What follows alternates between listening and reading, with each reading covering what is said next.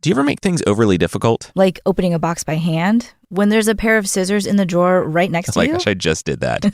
Taking the hard road is like being an e-commerce seller and not using ShipStation. Go the easy way and use ShipStation with all your storefronts and automate things like fulfillment and tracking. Easy peasy. ShipStation isn't magic, but it will make your shipping stress disappear. Sign up using promo code MYTHS for a free 60-day trial today at ShipStation.com and start breathing easier with every shipment. That's 2 whole months of stress-free shipping, and it's free to try. Just go to ShipStation.com, click on the microphone at the top of the page, and type in MYTHS. ShipStation. Make ship happen.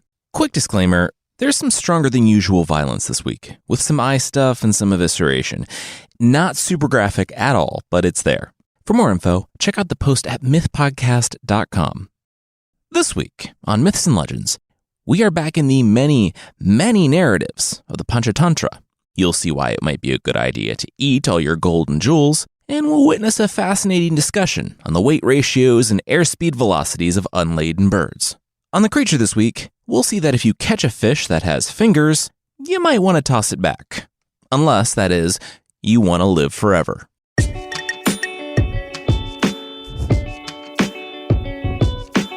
This is Myths and Legends, episode 283B, To the Victor.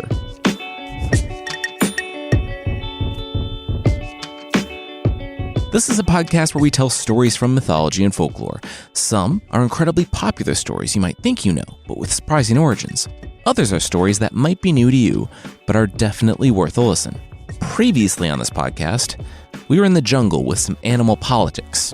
A jackal, Victor, is on the outs with his monarch, Rusty the lion. To get back in the lion's good graces, he starts a long con that involves helping the lion befriend a bull that was abandoned in the forest. A bull named Lively. At the end of last week's episode, Victor kicked off his plan by going to the lion's court, now mostly deserted because the lion wasn't doing much hunting anymore, and telling Rusty the lion that his new friend Lively was going to murder him.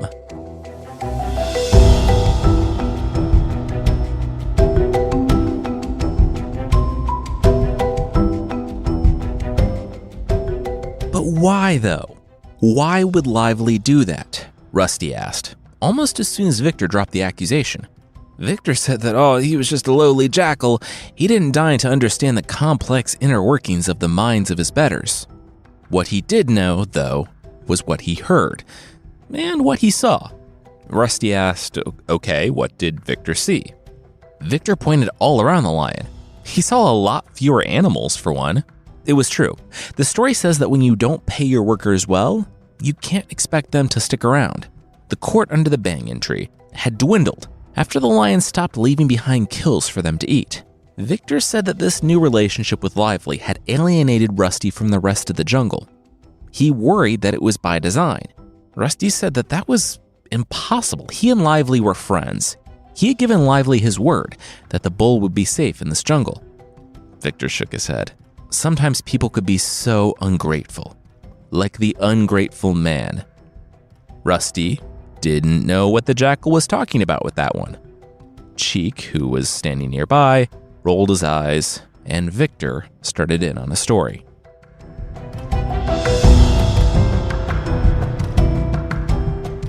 The human, named Sacrifice, was having a hard time supporting his family.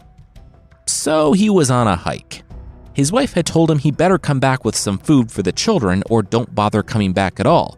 I don't know. I feel like you're just kind of running away from your problems. Like, how much food are you gonna find in the woods? The tiger trapped in the pit in front of him asked. Sacrifice, the human, nodded. Fair, true. Maybe he was just trying to escape his problems. What do you think, monkey? The monkey climbed on top of the tiger's head and said that he agreed with the tiger. Sacrifice, the human hiker, needed to be honest with his wife, sure, but most importantly, honest with himself. The snake among the leaves in the pit said that it was only by revealing our true selves that we can be fully known, and it was only by being fully known that we could be fully loved. Sacrifice smiled. True, so true. Can you let us out of here, please? The human, cowering at the other side of the pit, asked. Sacrifice smacked himself on his head. Oh, sorry, yeah, his bad. Absolutely. He found a downed tree and lowered it into the pit.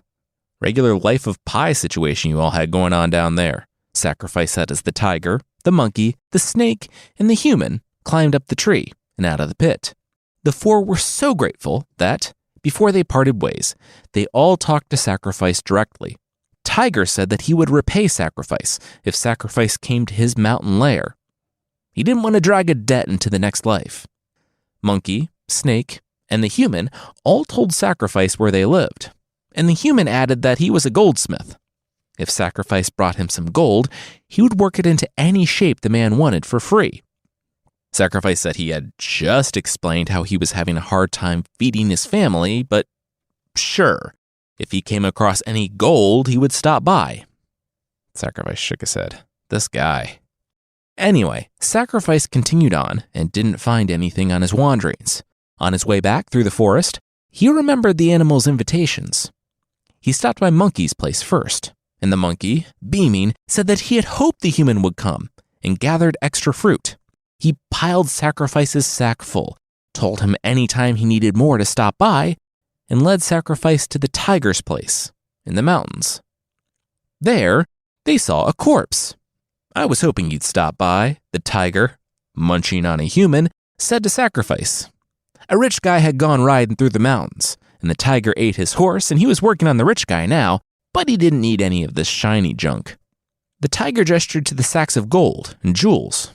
Did Sacrifice want it? Sacrifice accepted the gift, mainly because it was way too many riches, but also because he didn't want to offend the tiger picking his teeth with a collarbone. He dragged the riches off home. That night, the family ate the fruit. And in the morning, Sacrifice took some gold to the goldsmith he had rescued, so the guy could make good on his, frankly, kind of selfish promise. The goldsmith looked at the gold like he was sick. Where did Sacrifice get this? Sacrifice said he found it in the woods. It fell off the back of a horse, don't worry about it. Could the goldsmith work it into something nice? He wanted to sell it to be super rich. The goldsmith said that's what he did. Sacrifice could come back for it tomorrow. When Sacrifice returned, he found the palace guards waiting for him. The gold, it seemed, had belonged to the prince who had just gone missing in the mountains.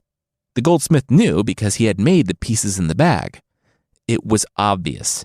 Sacrifice had found the prince alone on the road, murdered him, and robbed him. Sacrifice was fettered, and he would be publicly impaled in the morning. That night, in his jail cell, Sacrifice heard a noise on the stone. He turned to see Snake, the snake he had rescued from the pit. "Hey, bud," Sacrifice said, "could Snake do him a solid and bite these ropes, freeing him?" "So you'd still be in a locked prison cell?" Snake asked.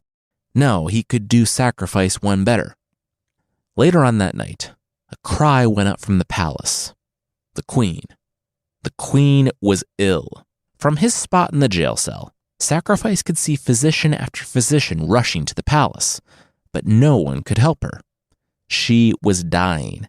The following morning, when Sacrifice was dragged from his cell so he could be publicly kebabbed, he told his guards that he could do it. He could cure the queen. The queen, actually, was already cured, but the snake knew how desperate the king would be to save his beloved after the pair just lost their son.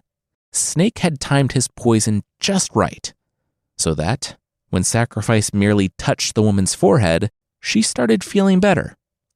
The king embraced the man, weeping tears of joy, but then remembered why Sacrifice was there in the first place. Sacrifice needed to explain how he came across the prince's gold. Sacrifice explained the whole situation, from his rescue of the goldsmith to the tiger to the man turning him in for murder. Sacrifice was not only freed, but since he evidently had magical powers, he was added to the king's council and was given a governorship over 1,000 villages. The goldsmith was arrested. "Good," Rusty said. "Ungrateful human." Then he gasped, "Oh my gosh, you know what I just realized? Sacrifice had saved him in the forest, just like I saved Lively. And look how the goldsmith repaid him for his kindness, trying to get him killed. Do you think that could be a coincidence? I kind of don't think that that's a coincidence. Victor shook his head. Wow, you know what? He had never thought about it like that. Rusty made connections he never did. That was incredible. It did kind of remind him of Leap and Creep, though. Leap and Creep?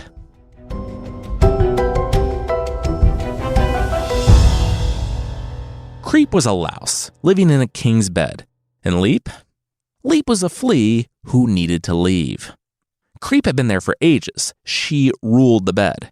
It was soft, and if she played it just right, she could bite the king and feast on his sweet, sweet royal blood without him even noticing. Leap said it wasn't fair.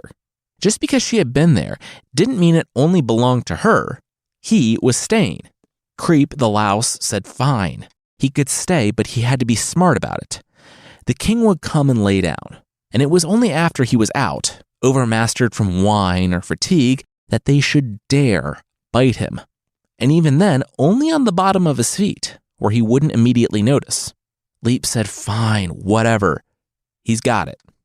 He didn't, and the next time, pretty much as soon as the king lay down, the flea leapt on him and bit his forearm. The king shrieked at the sting of the bite and leapt from bed. He called his servants to come search the sheets, kill anything they saw.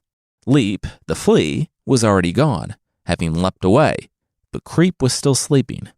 The king's servants crushed her. The moral's like, don't share your house with a stranger or else they might kill you? Victor said he didn't know, though. He could never understand the subtle, deeper meanings like a lion could. Rusty gasped. No, yeah, that made sense. Wait, what if he was Creep and Lively was Leap? Victor said that the isolation from the other forest animals reminded him of the story of the blue jackal. Did King Rusty know the story of the blue jackal? The blue jackal, well, he didn't start off blue. He was just a normal jackal who lived in the caves by a city suburb. He would sometimes go into the city looking for food. But tonight, that had been a horrible, horrible decision. I mean, in hindsight, any decision that ends with you being chased by stray dogs couldn't have been all that great. The jackal could only find one place to hide, the house of a dyer. He dove into the first basket he found, and the dogs were no longer his biggest problem. The basket, it seemed, wasn't a basket, but a vat full of sloshing indigo dye. The jackal clawed his way out and made it back to the forest. And what he found there was terror. Terror because they had never seen an animal such as this. A blue creature? It could only mean one thing. The gods had arrived. The jackal thought about it. Yes, they had arrived, and they were him. He was they? He said he was a god. There we go. Indra had realized that the forest creatures didn't have a monarch and anointed him, Fierce Howl, to rule over the forest. Immediately, the forest bowed. He appointed tiger lords, elephant guards, a leopard butler, and a monkey to hold his parasol, and you're just a jackal, he heard. Spinning around, Fierce Howl noticed a pair of jackals sniffing him. He said, no, what? You are. The pair sniffed again. Yeah, you're a jackal. Look, they didn't care. They just wanted in on his grift. Fierce Howl chuckled nervously as the monkey was starting to take notice. What? He turned to his leopard butler. Get the lions and the elephants. Exile and banish all jackals from the kingdom. As they dragged the jackals away, the two yelled back that Fierce Howl would regret this. He would see, but he wouldn't see. He would hear. It had been a couple of weeks, and Fierce Howl was getting back into the swing of things after that disruption when he heard, far off in the forest, oh no, it was a howl, the howl of the jackals. The lion sneered. He would send his lionesses out to take care of them. Fierce Howl didn't hear any of that, though. It took everything he had to stay quiet, to make it seem like he wasn't a jackal. But the howling in the distance, he fought, as all his body wanted to do was respond. Then the dam broke. Fierce Howl threw back his head and let forth the loudest howl of his entire life. Man, that was good. Whew. He opened his eyes to the lion, the leopard, an elephant, and more staring at him. The monkey threw down his parasol. Hey, the jackals were right. This guy really was a jackal. And they tore Fierce Howl to pieces. Yeah, if he hadn't sent his friends away, Victor said, shaking his head. Rusty, the lion, refused to believe it, though. He saw the truth of Victor's stories, but Lively? He and Lively were buds. I hope that is the case, Victor noted. But isn't that just what a con bull, would want you to think? Look, he's a grass nibbler. You're a carnivore. To you, he's food. He's making the only play he thinks he has right now. All I'm saying is, if he comes into your presence and seems off at all, you need to be prepared for the worst. I've heard about how bulls fight, and it is brutal. But the telltale signs he's about to attack are as if he's timid, tense, and weighing his options. That means he's about to thrust his horns. Victor said that he liked Lively too. He was the one who introduced the pair. But his first loyalty was to Rusty in the jungle. He believed that Lively was good, but Rusty needed to be prepared for the worst.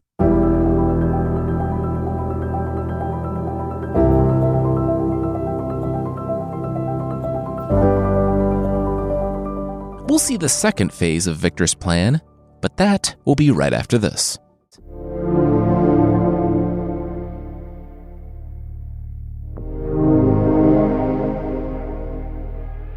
Going to see your bud, Rusty? Victor said to Lively, the bull, down by the river. Before the bull could reply, Victor stepped in. Yeah, I wouldn't do that. He's going to eat you. Lively laughed. Why would Rusty eat him? He was teaching Rusty to be a better lion. Victor shrugged. He was only relaying what he had heard. To Rusty, Lively the bull was food. And Rusty might view Lively as a friend, but heavy lies the head that wears the crown. Rusty had obligations to his realm. Lively's teachings had made Rusty unreliable for food for the rest of the jungle, and Rusty risked a coup if he kept indulging the bull. Lively began to quake. He should go talk to Rusty. There had to be some mistake. Talking is great, for sure, Victor said. Lively should do it, definitely. Just be careful. Lively said he understood, but he was a bull. He was massive. He wouldn't hurt the king, but he could defend himself if absolutely necessary. Victor grimaced. True enough. But Lively should remember, even the ocean fell to the plover. Plover? Lively asked. Victor said it was a tiny shore bird. You know those things that run away from the waves when they crash on the shore? Those. And that thing defeated the ocean, Victor explained.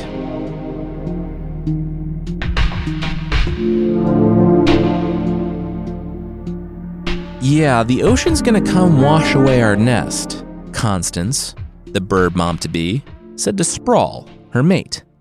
Babe, please, Sprawl said, waving a wing. His family had been there like forever. He and the ocean, they go way back. They were solid.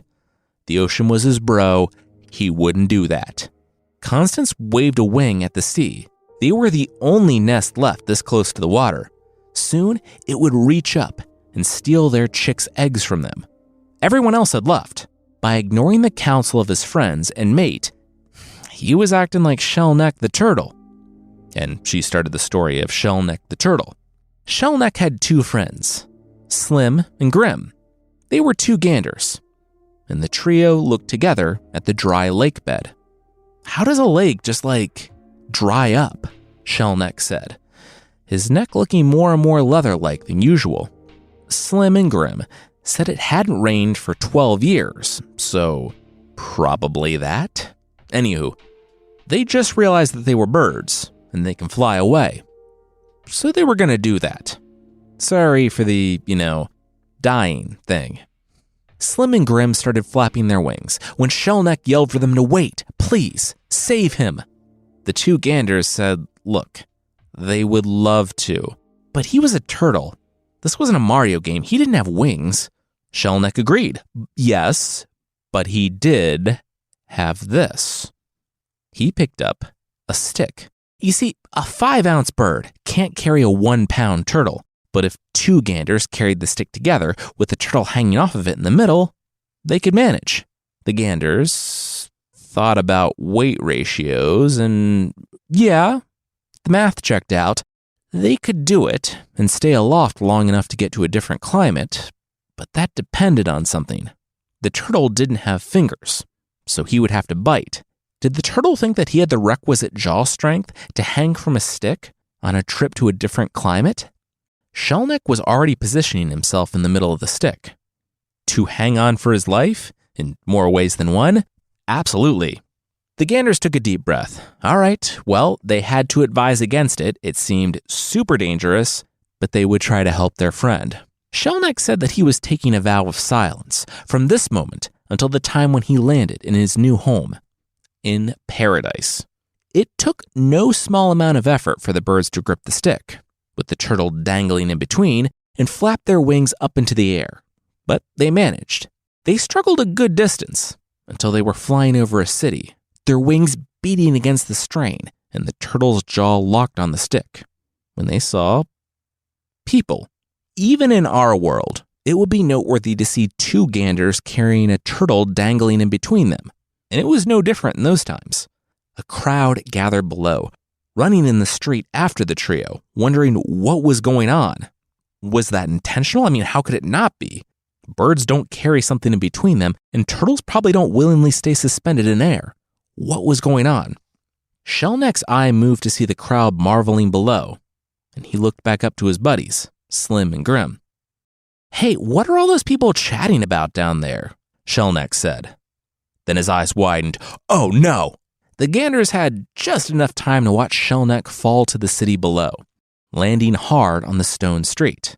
But, being a turtle, he instinctually did what turtles do when they sensed danger, and pulled his legs and head in his shell, sparing him from death upon impact. Unfortunately, it couldn't spare him from this city's unique culinary tastes. Like some sort of zombie movie, the crowd rushed Shellneck, tearing him to pieces nearly the moment he landed, so they could take the flesh home to make turtle soup. Slim and Grim winced, dropped the stick, and continued on toward more favorable climates. Babe, for real? Sprawl said to Constance. He said it loud enough for the ocean outside to hear. No one, not even the ocean, could come for her while these arms protected her. But you don't have arms? Constance noted. Oh my gosh, you know what I mean, Sprawl squawked. Someone else knew, too, because just outside, the ocean grumbled. He would show this plover who was boss. And he did. The next day, after Constance laid the eggs, the ocean swept over the nest almost immediately, taking the eggs with it. Sprawl returned home to find Constance beside herself with anguish. She said, with her children gone, she was going to set herself on fire. Sprawl said, 1, that is never the answer. Don't do that. 2, they're birds. They don't even know how to start fires. And 3, he would handle it. He would fight the ocean. Constance, while not exactly mollified, did kind of want to see how her husband was going to fight the ocean. She was skeptical, but Sprawl said that success was rooted in the will. And he had an iron-strong bill. She rolled her eyes. And that's not my cheesiness, that's in the original. Sprawl did need a plan, though. And for help, he went to his buddy, the heron. The heron told the story of a sparrow that wanted to kill an elephant for smashing her nest. So she enlisted a frog, gnat, and woodpecker for help. In the end, the gnat went and sang the elephant to sleep. Because when you have a bug buzzing around your ear, the first thing you think is, wow, this is just like a lullaby. I want to fall asleep to this. The elephant did, though, and the woodpecker came and cranked the intensity up to 11 when he pecked out the elephant's eyes. The elephant, who now couldn't see, stumbled through the forest, following the frog's croaks in search of water. He only found the pit the frog was luring him to, and he died. So yeah, you need friends to help you out if you're going to fight the ocean, Sprawl heard. If you thought this was going to be an inspirational bit, where they all worked together to defeat the ocean, like countless birds swooping down and taking buckets and all that, and scooping the ocean away, bit by bit, as a show of solidarity, or dumping land in the ocean so that it fills up and goes away like Minecraft, well, yeah, they tried all that. And failed. Because it's the ocean. I really told this story for the turtle story in the middle. Because, in the end, the birds solved their problem by crying. On the beach. A lot. Basically, they ended up telling the teacher that the ocean was being mean to them. And Garuda, Vishnu's superbird that we talked about in the last episode, took care of it for them. All birds on Earth are in his domain. And if he didn't look after his servants, well, how did that reflect on him? He threatened to dry up the ocean in an instant.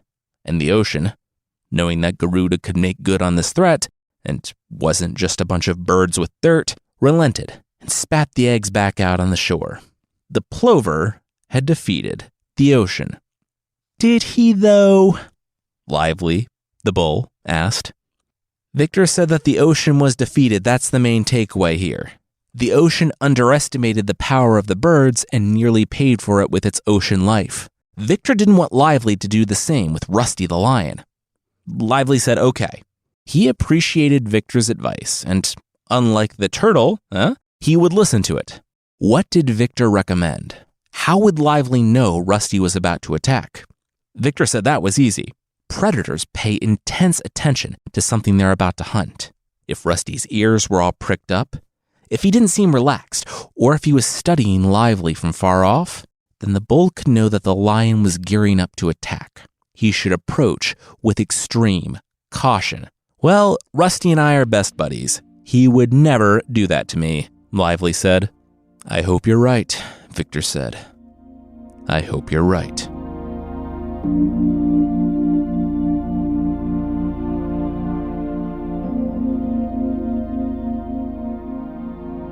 We'll see Cheek lose his stomach for his brother's ruthless ambition, but that will, once again, be right after this.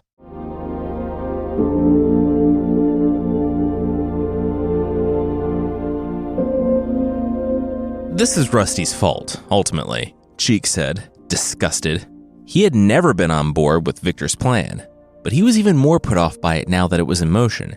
Any master that looks to someone like you for guidance deserves what they get, Cheek sneered. What's that supposed to mean? Victor asked. Cheek was talking like a jackal who didn't want to be on Victor's good side when he came to power. That means that you think you're so smart, Cheek sneered. Like Lakshman and the iron-eating mice. Oh, you don't need to tell this one. I know about the iron-eating mice, Victor tried to say, but Cheek had already begun. Naduk had left his iron balance beam with his friend, a fellow merchant, Lakshman, while Naduk traveled across the world for a few years. When he returned home, he was taking stock of things and decided that he wanted his balance beam back. He went to Lakshman's store and asked for it, but the man only shook his head. Ah, bummer. Yeah, that was destroyed years ago. Eaten by mice. Naduk blinked. Eaten by mice. Lakshman nodded. Yep, iron-eating mice. Who knew that that was a thing? It wasn't, but Lakshman wanted to keep the balance beam, and if it was accidentally destroyed, well, he couldn't be held responsible for that. Wow, Naduk said. Iron-eating mice. Well, such is life. Nothing in the universe has any permanence. Anyway, mind sending your son, named Money God, to help carry my stuff while I bathe in the river? I mean, this sounds like a weird request, but maybe Lakshman was feeling guilty about stealing the balance beam. So he agreed. He called for his son, named Money God, to help this man go bathe in the woods. An hour or so later, Naduk returned. He popped into Lakshman's store. Oh, sorry, but Lakshman's son? Carried off by a hawk. Naduk said that his son was 14. That's impossible. Naduk was only relaying what he had seen. A hawk came down and lifted the boy off the ground and flew away. Naduk tried to stop the bird, but no dice. Sorry. Sorry? That's my son, Lakshman screamed. The merchant immediately ran to the authorities and said that Naduk had carried off his son. It went to court, where Nduke kept insisting that a hawk had done it. But the authorities weren't buying it either. Nduke looked at his friend. Oh, it made sense. In a world where mice ate iron, a hawk could carry off a child. Lakshman shook his head and gave Nduke his balance beam back. Nduke took Lakshman into the woods, to the cave where he had trapped Money God, and restored the man's child to him, and everyone got on with their lives, despite Nduke actually kidnapping a child to prove his point. Yeah, but Lakshman's con was bad. Iron-eating mice, you can see right through that. Please, mine are great, Victor said. Check this out. The jackal pointed to the bull and the lion, approaching each other. The mere association with you is evil, like the robber and his victims, Cheek said, wincing at what he was about to see. Victor turned from the tense bull and lion. What? A long time ago, a merchant made friends with a prince. But the prince didn't want to be a prince, and the merchant didn't think being a merchant was too fun. So they decided to run away together, to live the lives they wanted. Unfortunately, to do what you want, you need cash. They went to the mountain in a far-off land. It was, reportedly, full of gems. And they weren't wrong. They were able to find 2 massive, priceless gems. The only problem? Well, everyone else knew of this cave as well. And the woods were full of thieves and cutthroats who would kill without a thought for whatever the miners were carrying. So, the friends devised a plan and ate their gems. They didn't have any problems on their way in because they didn't have any money on them. And they wouldn't have any problems on the way out because their gems would be hidden in their stomachs. It would have been perfect had they not discussed the plan loudly in said forest while a thief sat hidden in nearby trees. He listened intently, decided that he would wait until they slept to cut the gems out of them, and emerged, begging for aid. He said that he had been robbed. He needed help. If he could just travel with them through this forest, he would be eternally grateful. The pair shrugged, sure. They shared their food and started off on the trek. When they slept that night, the thief rose and immediately found himself looking at a sword point. He threw up his hands and kicked his companions awake. They were being robbed before he had had a chance to rob them. He didn't say that part. It turned out that the chief of a local robber band had a magic bird. It was a parrot who knew things no one else did. The bird told them that travelers were coming with massive gems, but when they searched the prince, merchant, and the thief that they didn't know was a thief, they found nothing. The chief trusted his bird. The bird had never been wrong. The gems were here. Then he looked at the men and smiled. Tomorrow morning, he would cut open their stomachs. That was the only place the gems could be. Let's assume he was thorough in his previous searches. So, the prince, merchant, and thief were held for execution. The following morning, they were led to a clearing, where they met a man with a knife. It was time. The prince was about to volunteer to go first when the thief stepped forward. The pair was confused. Why was the man doing this? He didn't have a gem in his stomach. I know, the thief whispered, and I know you do. The bandit sharpened his knife, not far off. He confessed that he had been planning to rob them in the forest, to do what these robbers were going to do, and cut them open and steal the gems. He was going to die anyway, now. If they cut open either of the other 2 first, they wouldn't stop at one. If they cut open the thief first, though, they would assume that they were wrong. They might even stop. At least the thief, in death, could do some good. He would gain the glory of a generous deed. Maybe he would be reborn into something better. The thief's final gambit paid off. The robbers cut him open, and they stopped there, chastising the bird for his lies.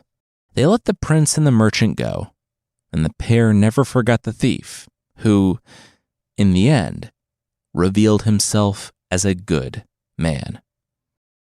But you're not good, are you? Cheek spat. Victor said he didn't know where all this was coming from, They ate meat. They would all benefit from Lively's death. Chill out. We're opportunistic omnivores, Cheek yelled. He couldn't sit and wait for this fight to happen. He had to stop them. But it was too late. Lively was tense. Rusty had been watching him from a distance, just like Victor had warned the bull. We don't know what set them off. A strange word, an unexpected movement, but as soon as Rusty snarled and Lively lowered his head, one or both of them were as good as dead. The animals watched in shock as Rusty tore into Lively and Lively thrust upward with his horns, ripping into Rusty's side. It wasn't over quickly, but when it was quiet, the air thick with the stench of blood, the lion was victorious. Lively, the bull, was dead. Then Rusty broke down. Holding the corpse of his friend, he sobbed. Why? Why did Lively have to attack? The bull was his best friend. He had loved Lively. He wiped his tears and turned to Victor, thanking the jackal for helping him to see who he could trust. He had been wrong to cast Victor out. From this day forward, Victor would be his second in command. Rusty looked to the body of his friend, then to the rest of the animals surrounding him. Victor understood what was going through his head. He told the lion not to worry. He would help the lion know the animals he could trust. He would be Rusty's true friend. Rusty thanked Victor, said he understood what had to be done next, but he wouldn't do it, and he wouldn't be here for it. Rusty went for a walk. Victor turned to the assembled animals. Well, what were they waiting for? Victor came through for them. They could do what he knew they had been hoping to do since they saw the bull dig in. The rest of the animals rushed forward, and as Cheek approached, Victor held out his paw. What did Cheek think he was doing? Cheek had all those principles he was going on and on about. Maybe he could eat those instead. Cheek said that Victor couldn't be serious. Victor called out to the wolf and the tiger nearby. Hey, if his brother approached the court at all, the court had Victor's permission. No, his blessing to eat him. Cheek watched in horror as the other animals parted, and his brother ascended the base of the banyan tree to take his seat next to the lion's throne. Victor had done it. He had won.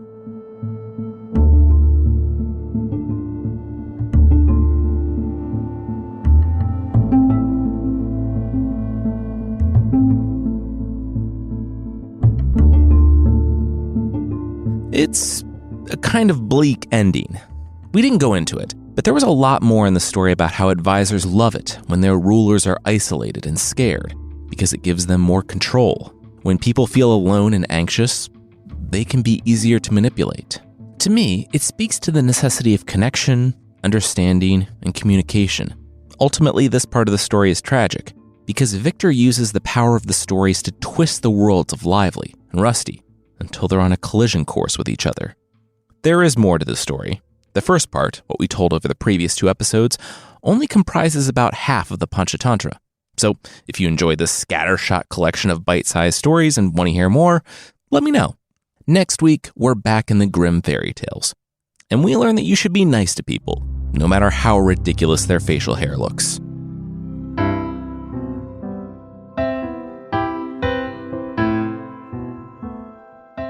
The creature this week is Ningyo, from Japanese folklore. Now, we all know mermaids and sirens.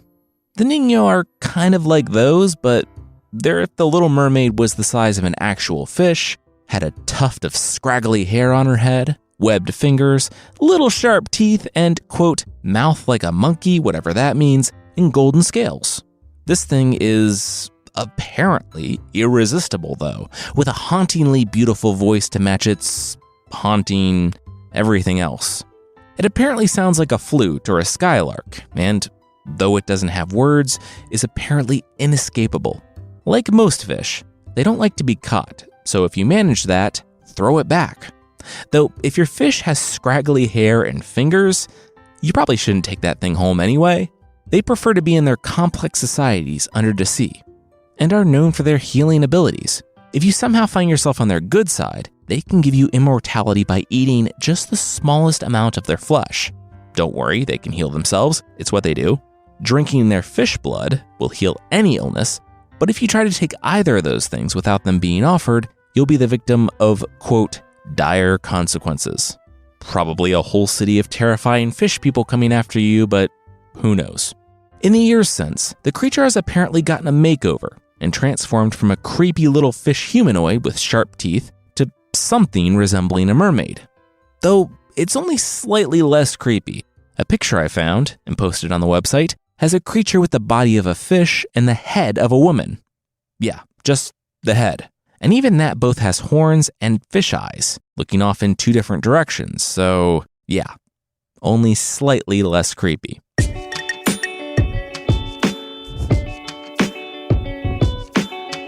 That's it for this week. Myths and Legends is by Jason and Carissa Weiser. The theme song is by Broke for Free, and the Creature of the Week music is by Steve Combs. There are links to more of the music we used in the show notes. Myths and Legends is a registered trademark of Bardic Enterprises, LLC. Thank you so much for listening, and we'll see you next time.